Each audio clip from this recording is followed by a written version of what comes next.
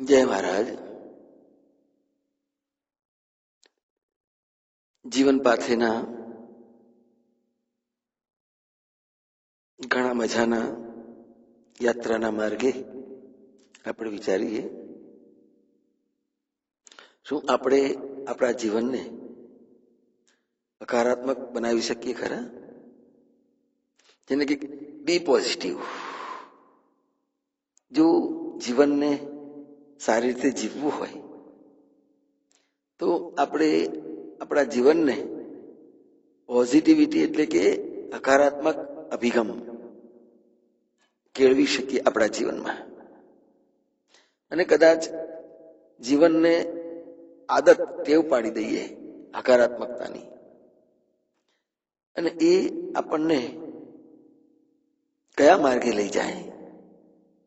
એક વસ્તુ ધ્યાન રાખી વારંવાર કરીએ તો આદત બની જાય છે. આદત સ્વભાવથી બની જાય છે. એ સ્વભાવ આપણા ચરિત્રનું નિર્માણ કરે છે. એક સૈનિક નિવૃત્ત થઈને ઘેર આવ્યો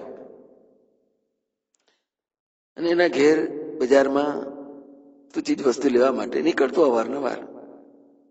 એકવાર બજારમાંથી કેટલીક વસ્તુઓ ખરીદીને એ ઉનાળાની પાણી માટેની માટલી પણ લીધેલી હતી, અને માટલીની અંદર મૂકતો જાય, વસ્તુ ખરીદતો જાય, એનો થેલીનો ઉપયોગ કર્યો.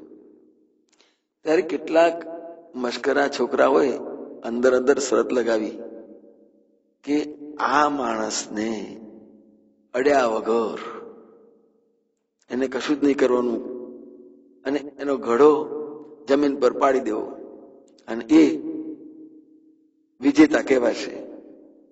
એને શરતમાં 1000 રૂપિયા લગાવી, જે આ શરત જીતે એને 1000 રૂપિયા મળી જાય. 2-3 જણે કોશિશ કરી પણ સફળ થયા નહીં. પણ એક જણે કહ્યું કે મારા માટે નિષ્ફળતાનો કોઈ સવાલ જ નથી. હું હમણાં આ સૈનિકની પાસેથી વગર અડે એનું બધું છીનવી લઉં. એ સૈનિકની પાછળ ગયો, બૂમ પાડી, એટેન્શન!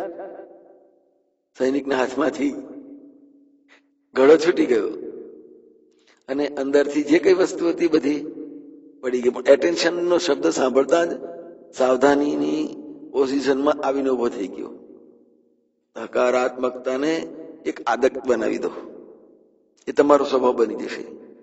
કોઈ તમને ટીકાનો ટીકો લગાડી જાય તો ગભરાશો નહીં, કેમ કે કપાળમાં લાગશે ને તો આપોઆપ સ્વભાવ બની જશે.